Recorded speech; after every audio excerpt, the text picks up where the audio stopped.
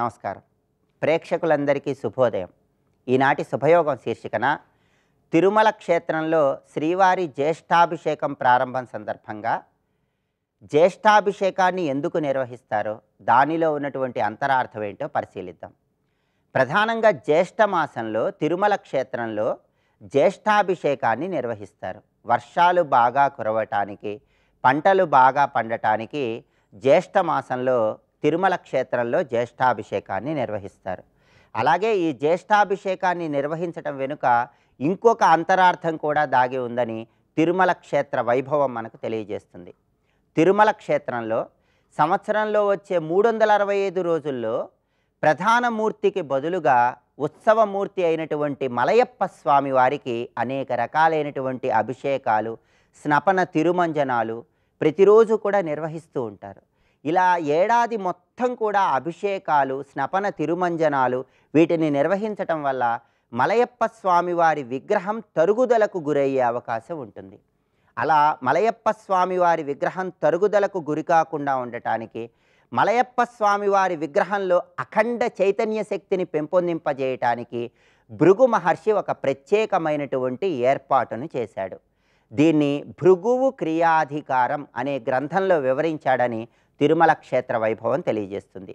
భృగువు క్రియాధికారం అనే పేరు కలిగినటువంటి ఆ గ్రంథంలో భృగు మహర్షి ఏం చెప్పాడంటే, మలయప్ప స్వామివారి విగ్రహంలో అఖండ చైతన్య శక్తిని పెంపొందింపజేయటానికి, విగ్రహం తరుగుదలకు గురి కాకుండా ఉండటానికి జ్యేష్ఠ మాసంలో ఒక ప్రత్యేకమైనటువంటి ఉత్సవాన్ని నిర్వహించాలి. దీన్నే జ్యేష్ఠాభిషేకం అనే పేరుతో పిలుస్తారు. దీన్నే సుగంధ తైల సమర్పణ మహోత్సవం అనే పేరుతో కూడా పిలుస్తారని భృగు మహర్షి భృగువు క్రియాధికారంలో వర్ణించారు. కాబట్టి ఈ జ్యేష్ఠాభిషేకం సందర్భంగా మలయప్ప స్వామి వారికి సుగంధ తైల సమర్పణ చేస్తారు. రకరకాలైన ద్రవ్యాలతో మలయప్ప స్వామి వారికి అభిషేకాలు నిర్వహిస్తారు. సంవత్సరం మొత్తం కూడా మలయప్ప స్వామి వారికి శుద్ధోదకంతో అభిషేకం చేస్తారు. కానీ ఈ జ్యేష్ఠాభిషేకం సందర్భంగా మలయప్ప స్వామి వారికి పాలు, పెరుగు, తేనె, కొబ్బరి నీళ్లు ఇలా రకరకాలైనటువంటి ద్రవ్యాలతో, పసుపు కలిపిన నీటితో అభిషేకాలు నిర్వహిస్తారు. అలాగే సంవత్సరం మొత్తం కూడా మలయప్ప స్వామివారు స్వర్ణ కవచంలో భక్తులందరికీ దర్శనమిస్తూ ఉంటారు. అయితే ఒక్క జ్యేష్ఠాభిషేకం సందర్భంగా మాత్రం ఆ స్వర్ణ కవచాన్ని తీసివేసి నిజ రూపంలో మలయప్ప స్వామివారు భక్తులందరికీ దర్శనమిస్తారు.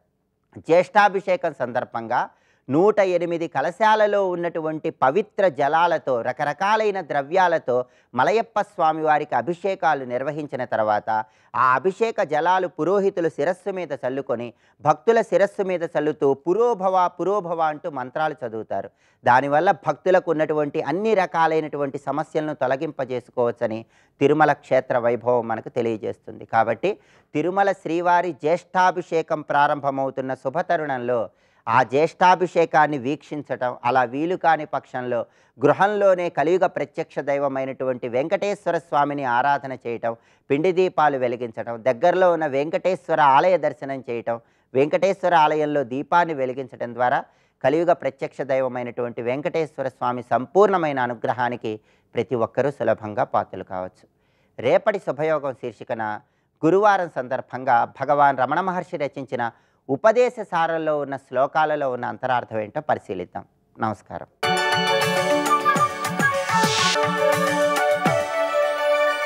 నందకిశోర నవనీత చోర నాద విహార శ్రీధర, నందకిశోర నవనీత చోర నాద విహార శ్రీధర.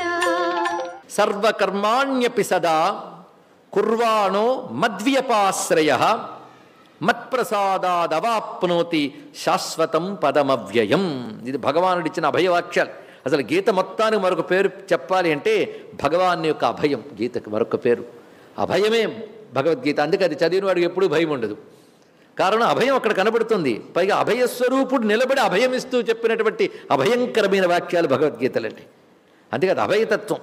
సర్వకర్మాణ్యపి సదా, నువ్వు అన్ని కర్మలు చేయి. ఏవి? నీకు విధించిన శాస్త్రకర్మలు చేసినా మద్వ్యపాశ్రయ, నన్ను ఆశ్రయించి. వ్యపాశ్రయము అంటే అన్ని విధములా ఆశ్రయించుట అని అర్థం. ఇక్కడ మత్ అంటే నన్ను ఆశ్రయించి, నన్నంటే ఎవరిని అంటే వాసుదేవ ఈశ్వర అన్నాడు. ఈశ్వరుడైన వాసుదేవుని ఆశ్రయించి అంటే దృఢంగా ఆశ్రయించి అన్ని కర్మలు చేస్తే ఏం జరుగుతుంది అంటే ఏ కర్మ చేసినా ఆయన్ని ఆశ్రయించు, ఆయన అర్పణ బుద్ధిలో ఆయన ఆశ్రయమే నువ్వు ఉంటూ ఏ కర్మలైనా చేయం పర్వాలేదు. ఎంత చక్కగా చెప్పాడని ఎక్కడ పారిపోనక్కర్లేదు. నీకు విధించిన సత్కర్మ ధర్మరూపమైన కర్మని నన్ను ఆశ్రయించి చేయడం వల్ల మత్ప్రసాదాదవాప్నోతి శాశ్వతం పదం అవ్యయం. నా ప్రసాదము చేత అంటే నా అనుగ్రహం చేత శాశ్వతమైన అవ్యయమైన పదవిని పొందుతావు. పదవి అంటే ఇక్కడ స్థానం. ఏమిటా స్థానం? శాశ్వతము అవ్యయము. అవ్యయం అంటే నాశనరహితం అయినది, ఎల్లవేళలా ఉండునది అయినటువంటి పదం అనగా మోక్షపదము. మోక్షపదం పరమాత్మ అనుగ్రహం చేతనే లభిస్తుంది. ఆ అనుగ్రహం ఉండాలి అంటే ఆయన్ను మాత్రమే ఆశ్రయించి చేసే సత్కర్మ నిష్ఠుడికి అది లభిస్తుందయ్యా అని భగవాన్ అభయవాక్యం చెప్పాడు. అది ఎలా చేస్తారు అంటే చేతసా సర్వకర్మాణి మయి సన్యస్య మత్పరః. అన్ని కర్మలు చేయి, కానీ అది చేతసా మయి సన్యస్య, నీ చిత్తముతో నాయందు సన్యసించి. ఇక్కడ సన్యసించి అంటే అర్పించి, త్యజించి అంటున్నాను. త్యజించడం అంటే అర్పించుట. ఈ మాట గుర్తుపెట్టుకోండి, తర్వాత మనకు వస్తాయి. మొదటి నుంచి ప్రతిదానికి అసలైన అర్థాలు చెప్తున్నాం కనుక సన్యస్య అనే మాటకి అర్పించి. దేనితో అర్పించాలి? చేతసా అన్నారు ఇక్కడ. చేతస్సుతో అర్పించాలట. చేతస్సు అంటే ఏమిటి అంటే భగవత్పాల్ వారు చెప్పారు వివేక బుద్ధ్యా అన్నారు ఇక్కడ. చిత్తంతో అర్పించడం అంటే చిత్తమారానికి ఇచ్చాను అంటే చిత్తం అంటే ఏమిటయ్యా బాబు మీ చిత్తం చెప్పండి అన్నాడు. అంటే చిత్తము అనగా ఇక్కడ అర్థం ఏంటంటే వివేక బుద్ధ్యా, ఆత్మానాత్మ వివేకం కలిగి ఇది అశాశ్వతం అది శాశ్వతం అని తెలుసుకుని శాశ్వతుడు ఆ పరమాత్మయే అని తెలిసి అని అర్థం ఇక్కడ. అటువంటి చేతస్సుతో అంటే శాశ్వతమైన పరమాత్మకి మన అశాశ్వతమైన కర్మలు అర్పిస్తున్నాం. ఎంత గొప్ప విషయం. కనుక మన దృష్టి దేని మీద ఉంది? శాశ్వతమైనది ఉన్నది. చేస్తున్నది ఏది? అశాశ్వతమైనది. మనందరికీ తెలుసు సుఖం కోసం దుఃఖం కోసం చేసే పనులు కూడా అశాశ్వతమనే. విషయాలే అశాశ్వతమైనప్పుడు ఫలాలు మాత్రం శాశ్వతంగా ఉంటాయా? కానీ చెయ్యక తప్పదు కదా. అప్పుడు అశాశ్వతమైన కర్మలు చేస్తూ శాశ్వతుణ్ణైన నన్ను ఆశ్రయించాలి. అది ఎలాగ? చేతసా వివేక బుద్ధితో మయి సన్యస్య నాయందు సమర్పించి. ఏమిటి? సర్వకర్మాని. ఆ చేసేటప్పుడు భావం ఎలాగుండాలి? మత్పరః అంటే నన్నే చింతన చేస్తూ నా గురించే మాట్లాడుతూ నా గురించే భావిస్తూ అది మత్పరః. పరతత్వం అంటే ఇదండి తాత్పర్యము. మత్పరః అనే మాటకది. అది తప్ప మరొకటి లేదు, అదే ప్రధానమనే భావం పేరు మత్పరః. అది ఎలా చేయాలి? బుద్ధియోగం ఉపాశ్రిత్య. చేతస సన్యస్య మత్పరః బుద్ధియోగం ఉపాశ్రిత్య. బుద్ధియోగాన్ని ఆలంబనంగా చేసుకుని ఆశ్రయించి అన్నాడు. బుద్ధియోగం అంటే అది కూడా మనం బుద్ధియోగం గురించి చెప్పుకున్నాం. ఏ బుద్ధితో పరమాత్మను పొందుతామో ఆ బుద్ధి.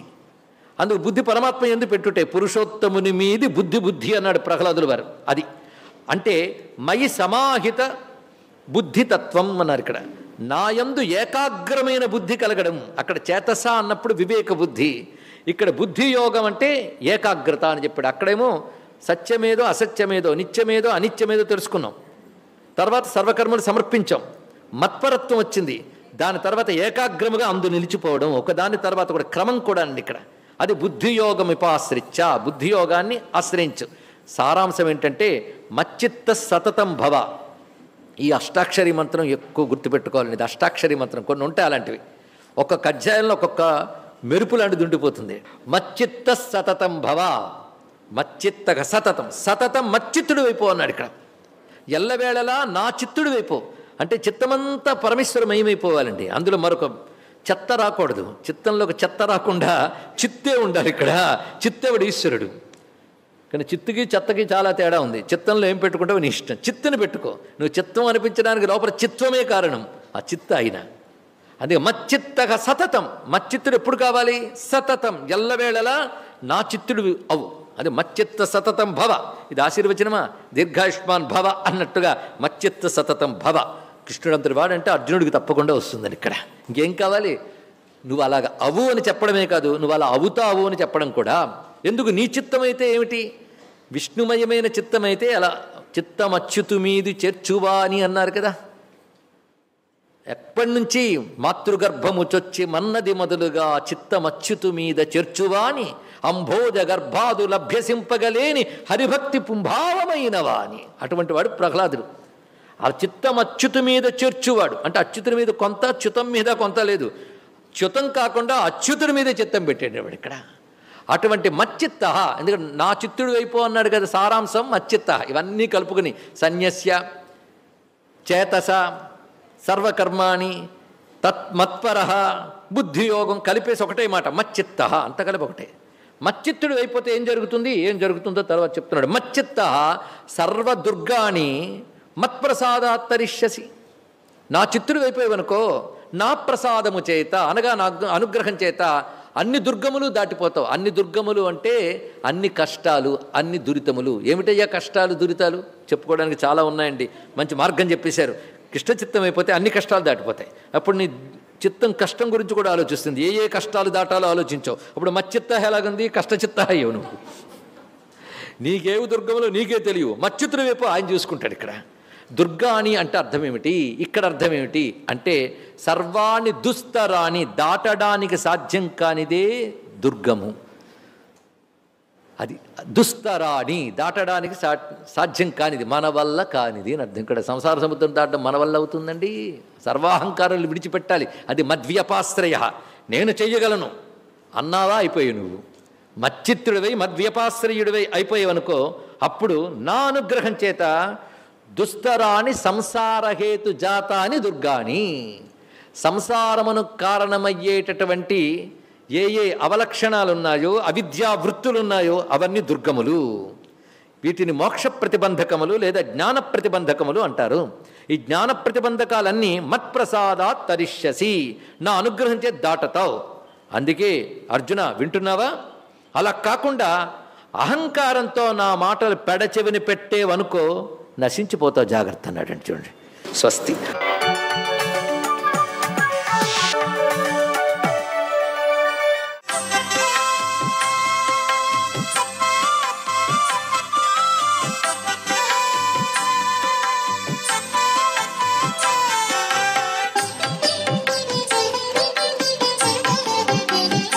ఓం నమో నారాయణాయ. ఓం నమః శివాయ. శ్రీమాత్రే నమః.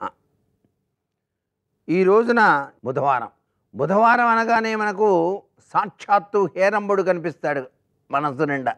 హేరంబ అంటే వినాయకుడు.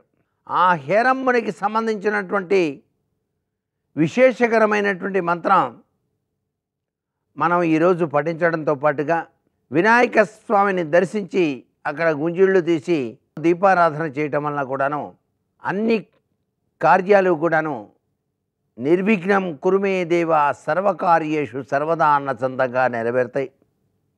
అంతేకాకుండా హైందవ సంస్కృతిని పరిరక్షించినటువంటి మహానుభావుడు శృంగేరి శారదాపీఠం పీఠాధిపతులు అయినటువంటి శ్రీ విద్యారణ్య స్వామివారు ఈ రోజునే సిద్ధి పొందారు. ఈరోజు వారిని స్మరించడం, పూజించడం ఇవన్నీ కూడా చేసినట్టయితే చాలా మంచిది. అంటే మహనీయులను స్మరించడం వల్ల మనకు జ్ఞానం సిద్ధిస్తుంది. పితృదేవతల యొక్క ఆశీస్సులు ఎల్లవేళలా ఉంటే వంశం నిలుస్తుంది అన్న చందంగా మహనీయుల యొక్క ఆశీస్సులు జ్ఞాన మార్గానికి చక్కటి త్రోవను కల్పిస్తాయి. మన మనసు ఎప్పుడూ కూడాను చింత లేకుండా చక్కటి ఆలోచన పరంపరతో దైవం వైపు పయనించడానికి ఇటువంటి మహనీయులను కూడాను మనం స్మరించవలసినటువంటి సుదినం. పీఠాధిపతులు అంటే ఎన్ని జన్మల సుకృత పుణ్యం చేసుకుంటేనో ఆ శారదా పీఠానికి ఆ పీఠాధిపతి యోగం పట్టింది వారికి. అటువంటి మహా విద్యారణ్య స్వామివారు సిద్ధి పొందినటువంటి రోజును మనం తలుచుకుంటూ వారిని మనసులో తలుచుకొని నమస్కారం చేసి మనకు తోచిన చందంగా గనక అన్నదాన ప్రక్రియని గనక ఆచరించినట్లయితే సర్వేశ్వరుడు సర్వ విధాల శ్రేయోదాయకవంతమైన ప్రభావాన్ని మనకు కలిగిస్తాడు సుమా. శృంగేరి పీఠంలో కూడాను ఈ రోజున ఆరాధనోత్సవాలు ప్రారంభిస్తారు అని చెప్పేసి కూడా మనం గ్రహించవలసి ఉంటుంది.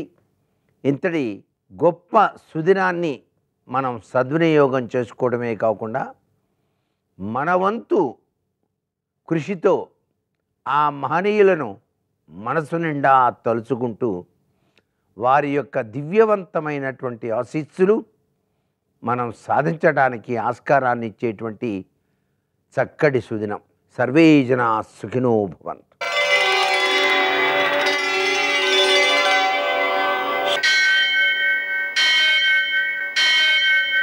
సహస్రశీరుషం దేవం విశ్వాక్షం విశ్వశంభువం విశ్వం నారాయణం దేవమక్షరం పరమం పదం విశ్వతః పరమాం నిత్యం విశ్వం నారాయణగుం హరిం విశ్వమేవేదం పురుషస్తద్విశ్వముపజీవతి పతిం విశ్వస్యాత్మేశ్వరగుం శాశ్వతగుం శివమచ్యుతం నారాయణం మహాజ్ఞేయం విశ్వాత్మానం పరాయణం.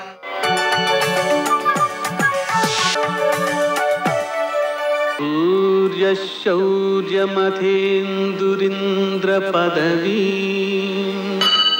సన్మంగళం మంగళం. ఈటీవీ ప్రేక్షకులకు నమస్కారం. రామాయ రామభద్రాయ రామచంద్రాయ వేధసే రఘునాథాయ నాథాయ సీతాయ పతయే నమః. నేటి కాలమాన విశేషాలను గమనిద్దాం. స్వస్తి శ్రీచాంద్రమాన క్రోధినామ సంవత్సరం ఉత్తరాయణం, గ్రీష్మ ఋతువు, జ్యేష్ఠమాసం, శుద్ధపక్షం, బుధవారం, సూర్యోదయం 5:46 సూర్యాస్తమయం సాయంత్రం 6:48 తిథి ద్వాదశి ఉదయం 7:26 వరకు, నక్షత్రం విశాఖ సాయంత్రం 5:18 వరకు, వర్జ్యం రాత్రి 9:25 నుండి 11:05 వరకు, దుర్ముహూర్తం ఉదయం 11:51 నుండి 12:44 వరకు, అమృత ఘడియలు ఉదయం 7:58 నుండి 9:40 వరకు, రాహుకాలం మధ్యాహ్నం 12 గంటల నుండి 1:30 వరకు, అష్టకవర్గరీత్యా శుభప్రద సమయం ఉదయం 11 గంటలకి. నేటి విశేషం వట సావిత్రి వ్రతారంభం, త్రివిక్రమ పూజ. వట సావిత్రి వ్రత ఆరంభం. సావిత్రి సత్యవంతుల కథని మనం వినే ఉన్నాం. సావిత్రి సత్యవంతుడనేటటువంటి అతన్ని వివాహం చేసుకోవాలని నిశ్చయించుకుంటే నారదుడు వచ్చి చెప్పాడు, ఈ వరునికి సంవత్సర కాలంలో మరణం ఉంది అని. అయినా సరే మనమునగై కొన్న భర్త మానంతగున్నే, మనసుతో నేను అతన్ని ఇష్టపడ్డాను కాబట్టి అతన్నే చేసుకుంటాను అందేవాడు. ఇంకా 3 రోజుల్లో అతడికి మరణం రాబోతోందని గ్రహించినటువంటి సావిత్రి వట చక్కనైనటువంటి మర్రి చెట్టు కింద కూర్చుని ఆ లలితాదేవి వ్రతాన్ని త్రిరాత్ర ఉపవాస వ్రతంగా ప్రారంభించింది. బాగా గుర్తుంచుకోవాలి. ఈ వ్రత ఆరంభం చేసి 3 రోజుల పాటు దీన్ని నిర్వహించగలగాలి. నేను రేపటి నుండి లలితా వ్రతాన్ని ప్రారంభించబోతున్నాను అని ఈరోజు అమ్మవారికి సాష్టాంగపడి మొక్కుకోవాలి. రేపు ఉదయం మొత్తం అంతా సాయంత్రం వరకు, మళ్ళీ ఆపై రోజు చేసి 4వ రోజున ఆ లలితా వ్రత పరిసమాప్తిని చేయాలి. అప్పటి వరకు ఎన్ని మార్లు లలితా సహస్రనామాన్ని పఠించగలిగితే అంతవరకు చేయాలి. అలా వట సావిత్రి వ్రతాన్ని కానీ పూర్తి చేయగలిగితే భర్త లేనటువంటి ఆ స్థితి ఏనాటికి ఏ స్త్రీకి కలగదు. దానికి ఆధారం సావిత్రీదేవి. బలిచక్రవర్తి శిరస్సు మీద తన పాదాన్ని పెట్టినటువంటి శ్రీ మహావిష్ణువు చూస్తుండగానే అలా త్రివిక్రమనుగా అమోఘమైనటువంటి రూపంతో ఎదిగిపోయాడు. ఆ బలిచక్రవర్తి భార్య అయినటువంటి వింధ్యావళి అమోఘమైనటువంటి ఆ విష్ణు యొక్క పాదం నుండి వచ్చిన గంగతోనే ఆయన పాదాలని అలా కడగలిగింది. ఎంత అద్భుతమైనటువంటి అవకాశము ఆ దంపతులకి లభించింది. అటువంటి త్రివిక్రముణ్ణి హృదయంలో ధ్యానిస్తూ విష్ణు సహస్రనామ అర్చనని కానీ చేసినట్లయితే ఆ బలిచక్రవర్తికి లభించినటువంటి పుణ్యం లభించే అవకాశం ఉంటుంది ఈ రోజున. నేటి ఆణిముత్యాలు.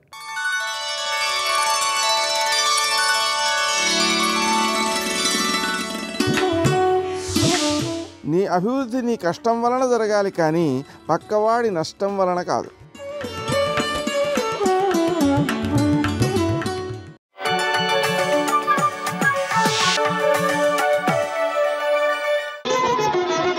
జయ జయ జయ జయ జయ శ్రీ హనుమా, జయ జయ జయ జయ ప్రభుదయ గనుమా.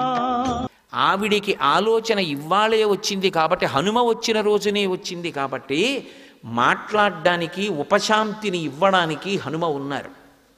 ఆ ఆలోచన తర్వాత రాకూడదు, ఇవ్వాలే రావాలి. ఎందుకంటే నచ్చ చెప్పేవాడు పైన కూర్చుని ఉన్నాడు. రెండు, ఆయన ప్రయోజనం ఉంటుంది. ఆయన మౌనంగా బాధపడుతున్నాడు. ఎలా అసలు ఈవిడితో మాట్లాడడం, ఏమని మొదలెట్టాలి? ఇప్పుడు ఆవిడ మనస్థితి హనుమ గమనించారు. ఈవిడ ఎవరిని నమ్మే స్థితిలో లేదు. ఎవరైనా రావణాసురుడే అలా వచ్చాడేమో, ఎందుకంటే ఎవరిని చూస్తే మనం నమ్మి తీరుతామో లోకంలో, అది కాషాయ వస్త్రం. కాషాయ వస్త్రం అంటే నకర్మణాన ప్రజయా ధనీన త్యాగే నైకే అమృతత్వమానసహు. అటువంటి కాషాయం బట్ట కట్టుకున్న వ్యక్తి కనపడితే ఈయన వలన మనకి ఏ అపకారం ఉండదు అని వెంటనే నమ్ముతాం. ఈ దేశానికి ఉన్న గొప్పతనం అది. అటువంటిది కాషాయం బట్ట కట్టుకుని వచ్చి అపహరించాడు ఆవిడ్ని, పరివ్రాజకుడిగా వచ్చి అపహరించాడు. ఇప్పుడు ఆవిడ మనసు ఎంత వేటు పడిపోయి ఉంటుంది. పైగా అసలు మాట్లాడడానికి మనిషి లేడు. ఆ పిరికితనం ఎంత ఎక్కువైపోయి ఉంటుంది. రామకథా సౌందర్యంగా ఆలోచించండి. ఆవిడ లోకమాత, ఆవిడ లక్ష్మీదేవి, ఆవిడ లలితాదేవి, అవి కాసేపు పక్కన పెట్టండి. రామకథా సౌందర్యంగా ఆలోచించండి. ఇప్పుడు ఇవాళ నేను వెళ్ళిపోతే రేపొద్దున్న ఎప్పుడైనా ఈ ఆలోచన వస్తే, నేను మీతో అన్నాను కదా, ఆపద ఇవ్వవలసిన వాడు ఆపద రాకుండా ముందు ఆలోచించాలి. అది భగవంతుడంటే. ఆవిడికి ఇప్పుడు ఇంత పెద్ద ఆలోచన వచ్చేసింది. పతివ్రతాత్వం విఫలం మమేదం కృతం కృతఘ్నేష్వ మనుషాణం అని. ఈ ఆలోచన ఇవ్వాలే వస్తే హనుమ ఉండగా హనుమ జోక్యం చేసుకుని శాంతినిచ్చి పెడతారు. ఆ తర్వాత అటువంటి ఆలోచన రాదు. రెండు, హనుమకి మాట్లాడడానికో మంచి అవకాశం తనంత తాను అకస్మాత్తుగా వచ్చేస్తుంది. మాట్లాడి ఉంగరం ఇవ్వాలి తప్ప మాట్లాడకుండా చటుక్కున ఉంగరం ఇస్తే ఆవిడ నమ్మే స్థితిలో లేదన్న విషయం హనుమకు అర్థమవుతోంది. ఇది సౌందర్యం సుందరకాండలో. ఇదన్నీ మహర్షి వర్ణిస్తారా? మీరు రామాయణం చదివినప్పుడు ఇంతకన్నా ఉత్కంఠతో కూడుకున్న సన్నివేశం ఏముంటుంది నాకు చెప్పండి. అసలు అంత రసపట్టు, అబ్బా ఎంత ఉద్విగ్నత. ఆకలిసేస్తున్నా సరే భార్య భోజనం వడ్డించి, మొట్టమొదటిసారి సుందరకాండ జరుగుతున్నాడు అనుకోండి, ఏమంటే వడ్డించేశానంటే ఉండు కాసేపు ఏ పర్వాలేదు దిక్కుమాల భోజనం రోజు చేసేది అని చదువుతాడు తప్ప ఆపగలడా? అంత అద్భుతమైన రచన. ఇవన్నీ ఎక్కడ మహర్షి చెప్పరు. ఆంతర విషయాలు మనం అర్థం చేసుకోవాలి. అందులో ఉన్న సౌందర్యాన్ని. ధర్మం కోసం కొట్టుకుంటున్నారు ఎవరైనా మనం ఎలా తప్పించుకుపోయి సుఖాలను అనుభవిద్దామని ఆలోచించట్లేదు. అది సౌందర్యం. ఇప్పుడు అని ఆ తల్లి ఆలోచించింది. మరి ఎలా చచ్చిపోవడం నేను? ఆ ఆలోచన ఇవ్వాలే రావాలి. మళ్ళీ మళ్ళీ చెప్తున్నా. తర్వాత వచ్చిందనుకోండి, ఏమో ఏమైనా జరగచ్చు. హనుమ జోక్యం చేసుకోవాలంటే ఇవ్వాలే. అది భగవంతుడి యొక్క నిర్ణయం. ఆయన ధర్మాన్ని కాపాడడానికి అలా ఆలోచన చెయ్యకపోతే ఈశ్వరుడు ఉన్నాడన్న నమ్మకం లోకానికి కుదరదు. కాబట్టి ఇప్పుడు ఆవిడంది, నాకు ఎటూ కత్తిచ్చేవాడు లేడు, నాకు ఎటూ విషమిచ్చేవాళ్ళు లేరు, మరి దేని చేత చచ్చిపోవాలి అంటే తనకి పొడుగైనటువంటి తన కేశపాశం తనకి గుర్తొచ్చింది. ఇప్పుడు జడతోటే చచ్చిపోతాను అని సీతాధవేణ్యుద్గ్రథనం గృహీత్వా ఉద్బధ్య వేణ్యుద్గ్రథనేన శీఘ్ర అహం గమిష్యామి యమస్య మూలం ఉపస్థిత సా మృదు సర్వగాత్రి. ఆ తల్లి, నేను ఈ పూసినటువంటి శించుపావృక్షపు కొమ్మను ఉంచి కిందకి దానికే జట కట్టేసుకుంటాను. కానీ ఆవిడకి అలా చేసుకోవాలన్న ఆలోచన ఇవాళే వచ్చేటట్టు చేయడంలో గొప్పతనం ఈశ్వరుడు యందుంది. ఎందుకంటే హనుమ మాట్లాడడానికి ఇప్పుడు అవకాశం వచ్చింది. ఇప్పుడు ఆయన అనుకోని పరీక్ష ఆయనకు వచ్చింది. సర్వం శ్రీ ఉమామహేశ్వర పరబ్రహ్మార్పణమస్తు. స్వస్తి.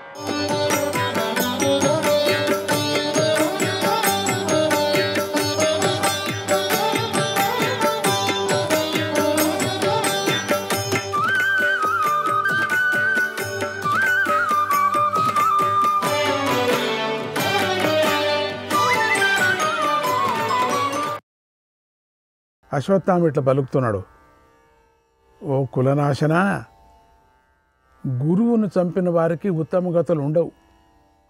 ఓ దుర్మతి, అందుకే నిన్ను ఆయుధంతో చంపను. ఆయుధంతో చావడానికి నీకు అర్హత లేదు అన్నాడు.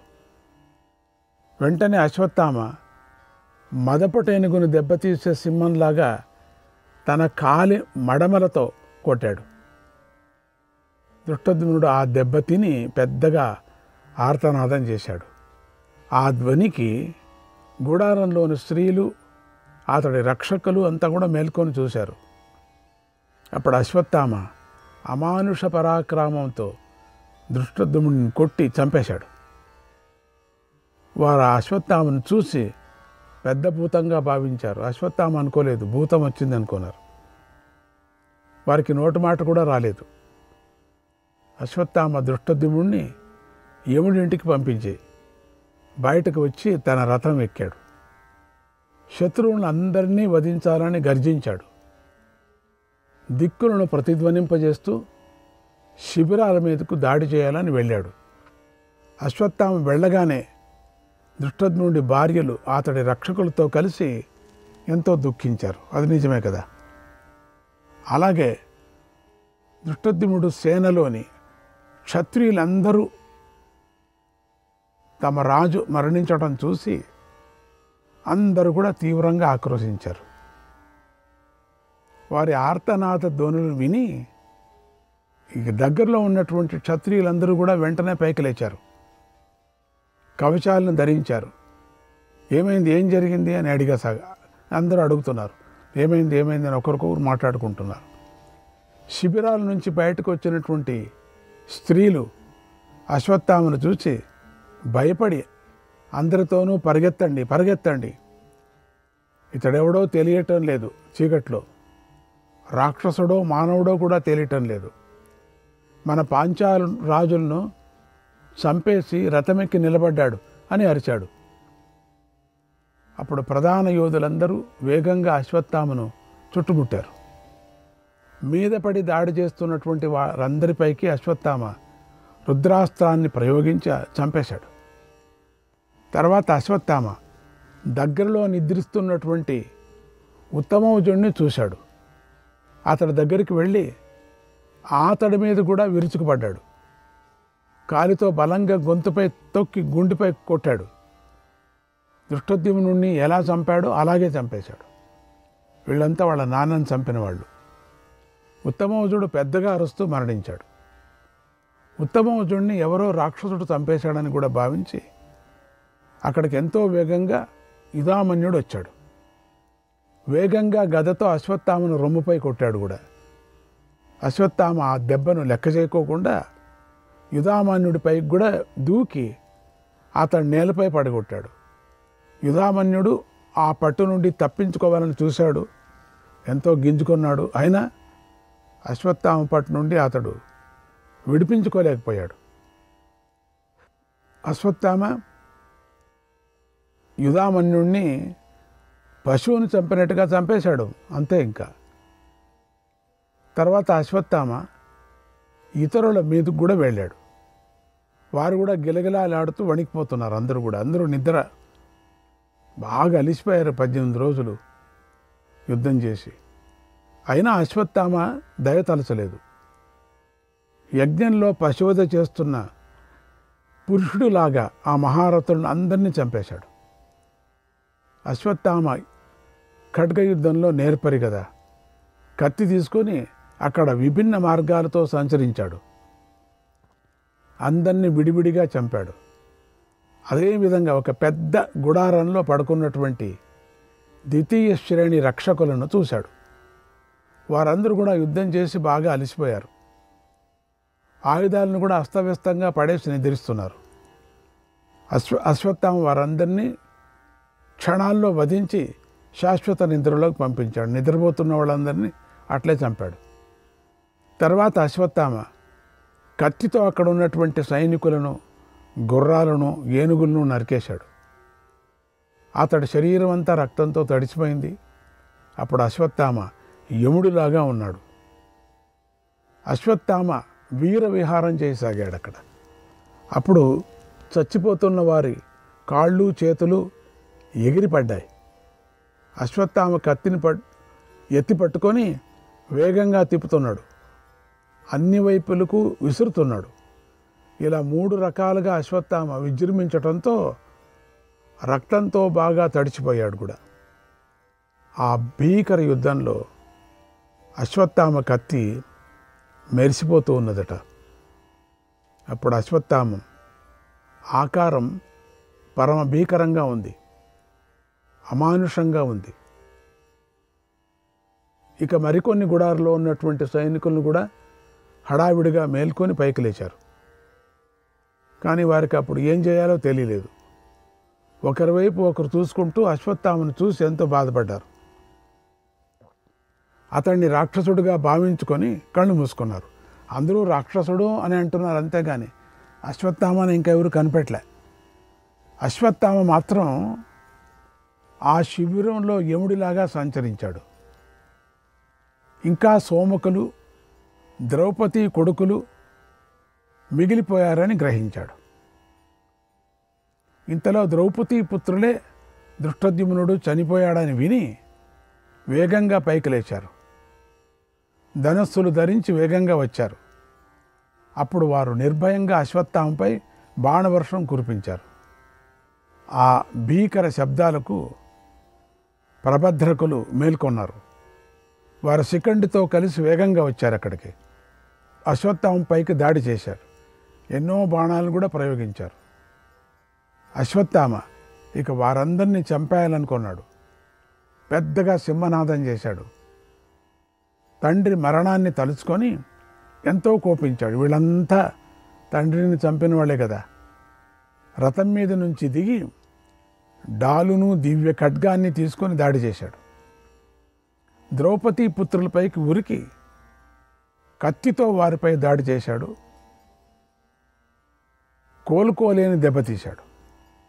ముందుగా ప్రతివిందుడి పొట్టలో కొట్టాడు. ఆ దెబ్బకు ప్రతివిందుడు విలవిలలాడిపోయాడు. ఆ దెబ్బకు తేరుకోలేక మరణించి నేలకూలిపోయాడు. వెంటనే సుతసోముడు ప్రాసంతో అశ్వత్థామను గాయపరిచి వెంటనే కత్తితో దాడి చేశాడు. అశ్వత్థామ ఆ సుతసోముడిని లెక్క చేయకోకుండా వేగంగా అతడి చేతిని నరికేశాడు. వెంటనే అతడి పక్క ఎముకలపై కొట్టాడు. దాంతో సుతసోముడు గుండె బద్దలైపోయింది. అతడు కూడా కిందపడి మరణించాడు. తర్వాత నకులుడు కొడుకైనటువంటి శతానికుడు అశ్వత్థామ మీదకు దాడి చేశాడు. అతడు శక్తిమంతుడు. చేతులతో రథచక్రాన్ని ఎత్తి వేగంగా అశ్వత్థామ రొమ్ముపై కొట్టాడు. అందుకు అశ్వత్థామ చలించుకోకుండా వెంటనే అతన్ని తీవ్రంగా కొట్టాడు. ఆ దెబ్బకు శతానికుడు నేలపై పడ్డాడు.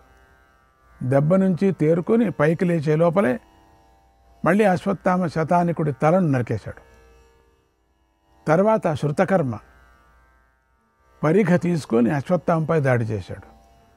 డాలు పట్టుకొని ఉన్నటువంటి అశ్వత్థామ ఎడమ చేతిపై తీవ్రంగా దాడి చేశాడు. అప్పుడు కత్తితో శృతకర్మ ముఖంపై గట్టిగా కొట్టాడు. ఆ దెబ్బకు శృతకర్మ భూమి మీద పడి కదలలేకపోయాడు. అతడి ముఖం వికృతంగా తయారైపోయింది. ఇంతలో పెద్దగా కోలాహలం చెలరేగింది. దానిని విని శృతకీర్తి మళ్ళీ అశ్వత్థామ మీదకి వచ్చాడు. శరవర్షం కురిపించాడు. అశ్వత్థామ ఆ బాణవర్షాన్ని తన డాలుతో నివారించాడు. అమిత వేగంతో కదిలి శృతకీర్తి తలను కూడా నరికేశాడు. ఇక నరకటమే పని. ఆ తర్వాత శిఖండి ప్రబద్రుకులతో కలిసి అశ్వత్థామను ఎదిరించాడు. అనేక ఆయుధాలతో అశ్వత్థామను హింసించాడు. ఒక బాణంతో అశ్వత్థామ యొక్క కనుబొమ్మల మధ్య కొట్టి గాయపరిచాడు. అందుకు అశ్వత్థామ బెదరలేదు. వేగంగా శిఖండి మీదకి వచ్చి అతన్ని కత్తితో 2 ముక్కలుగా నరికేశాడు. తర్వాత ప్రభద్రక సేనలపైకి దాడి చేశాడు. విరాట సేనలో మిగిలి ఉన్నటువంటి వారిపై కూడా అక్కడ దాడి చేశాడు. తర్వాత ద్రుపదుడికి సంబంధించిన వారెవరూ కూడా మిగలకూడదని సంకల్పించాడు. వేగంగా సంచరిస్తూ పుత్రులను పౌత్రులను మిత్రులను వెతికి వెతికి అతి భీకరంగా సంహరించాడు. ఇతరులను తరిమి తరిమి కొడుతూ కత్తితో నరికేశాడు. కాళీం రక్తాస్య నయనాం రక్తమాల్యానులేపనాం రక్తమాల్యానులేపనాం రక్తాంబర ధరామేకాం రక్తాంబర ధరామేకాం పాశహస్తాం కుటుంబినీం పాశహస్తాం కుటుంబినీం. ఆ రోజున పాండవ సేనలో రూపాన్ని ధరించిన కాళరాత్రిని చూశారు. అన్నీ చూశాయి వాళ్ళందరూ కూడా.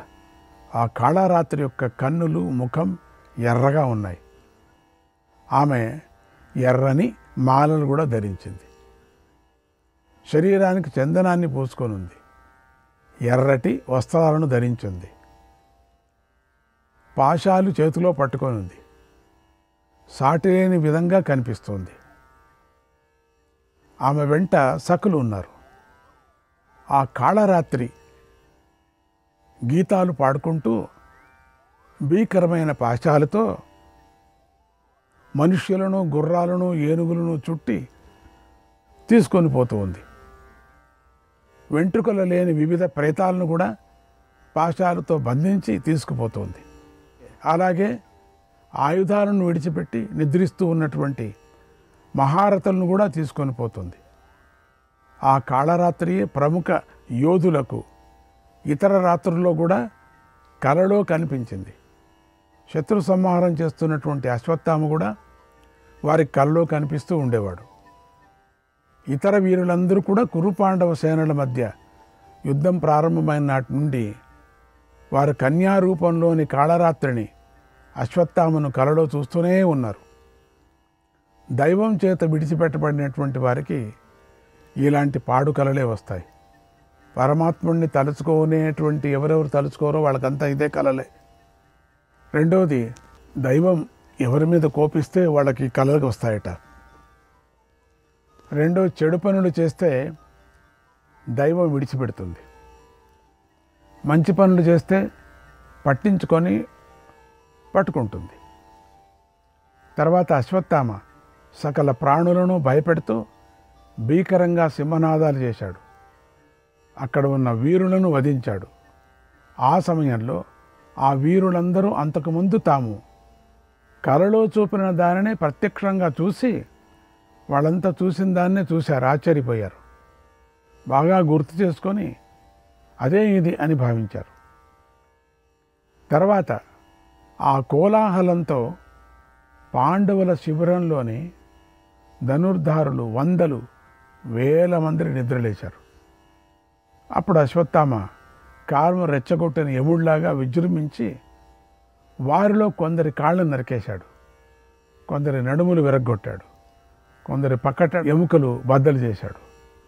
అప్పుడు వారు భయంకరంగా పెడబొబ్బలు పెట్టారు. ఆ సమయంలో అక్కడ ఉన్నటువంటి ఏనుగులు గుర్రాలు కొందరిని తొక్కాయి. రణభూమిలో వీరులు భయపడుతూ తిరుగుతున్నారు. ఏం జరుగుతుంది? ఎవరితడు? ఈ భయంకరమైన శబ్దం ఏమిటని వీరులందరూ ఆక్రోశించారు. వారందరికీ అశ్వత్థామ యముడయ్యాడు. అప్పుడు ఆయుధాలను కవచాలను విడిచిపెట్టి బాగా నిద్రిస్తున్నటువంటి పాండవ వీరులు, శృంజయ వీరులు మధ్యలో లేచి కవచాలు ధరించారు. వేగంగా అశ్వత్థామ మీదకి వచ్చారు. అశ్వత్థామ కూడా అమిత వేగంగా వారిని మృత్యులోకానికి పంపించేశాడు. ఇంతలో బాగా నిద్రిస్తున్న మరికొంతమంది వీరులు పెద్దగా వినిపిస్తున్న శబ్దానికి ఒక్కసారిగా ఉలిక్కిపడి లేచారు. ఎంతో భయంతో ఎక్కడి వారు అక్కడ దాక్కున్నారు. వారికి తొడలు మొద్దుబారిపోయాయి. వారు కదల్లేని స్థితిలో ఉన్నారు. కలవరపాటు చెంది ఉన్నారు, భయపడుతున్నారు. దాంతో వారిలో బలోత్సాహాలు నశించాయి. వారు భయపడుతూ పెడబొబ్బులు పెడుతూ ఒకరినొకరు కౌగలించుకున్నారు. ఇంతలో అశ్వత్థామ తన రథాన్ని ఎక్కి వారిపైకి బాణాలను ప్రయోగించి వారిని కూడా చంపేశాడు. ఇంతలో మరికొంతమంది శూరులు ఎగిసిపడుతూ వచ్చారు అశ్వత్థం మీదకు. వారిపై కూడా అశ్వత్థామ బాణాలు ప్రయోగించి చంపేశాడు. అలా వారిని చంపి కాళరాత్రికి నివేదించాడు. తర్వాత తన రథం ముందు భాగంలో నిలబడి ఎగిరి పడుతున్నటువంటి మరికొంతమంది శత్రువులపైకి పరిగెత్తి వారిపైకి ఎన్నో రకరకాల బాణాలు ప్రయోగించాడు. డాలు పట్టుకొని కత్తితో సంచరించి వధించాడు.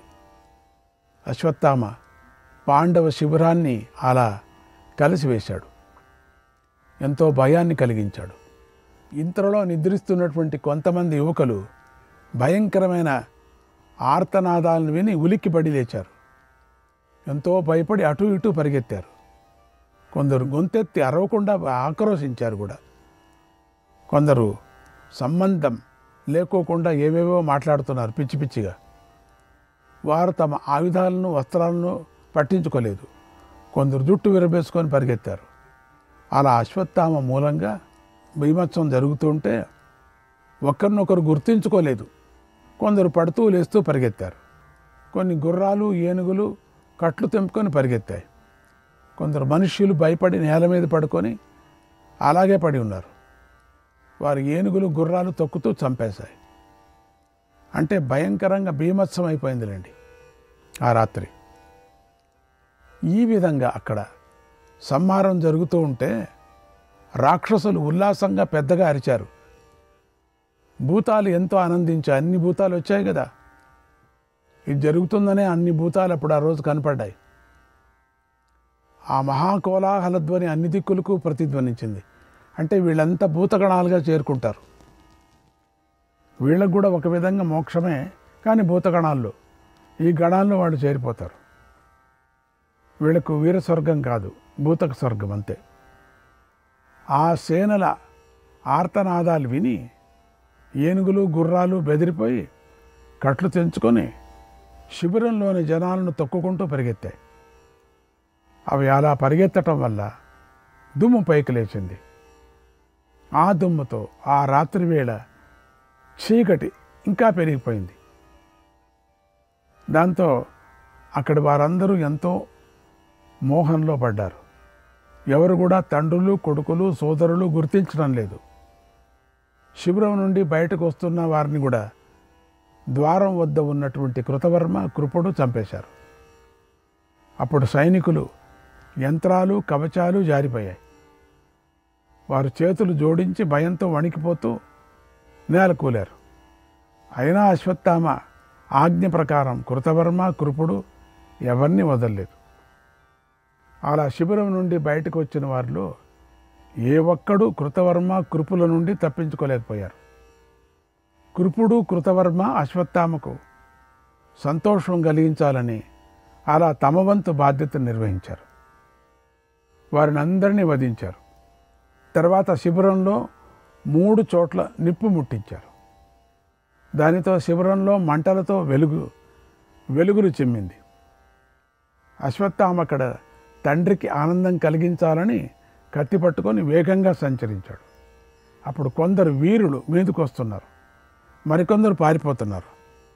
అశ్వత్థామ వారిని వదలక వాళ్ళందరినీ కూడా కత్తితో వధించాడు. అశ్వత్థామ కోపించి కొంతమంది యోధులను మధ్యకు నరికివేశాడు. అలా అశ్వత్థామ చేసిన యుద్ధానికి రణభూమి అంతా తీవ్రంగా గాయపడి అరుస్తున్నటువంటి నరులు గుర్రాలు ఏనుగులతో నిండిపోయింది. కొందరి వీపులు, కొందరి పక్కట ఎముకలు, కొందరి తలలను నరికేశాడు. కొందరిని తరిమి కొట్టాడు. మరికొందరి చెవులను నరికాడు. కొందరి గొంతు మీద కొట్టి తలలను శరీరంలోకి దూరేలాగా చేసి వధించాడు. ఇష్టమొచ్చినట్టు చేశాడు. ఇలా అశ్వత్థామ లెక్కలేనంత మంది సైనికులను వధించాడు. శ్రీకృష్ణాయ పరమాత్మనే నమః.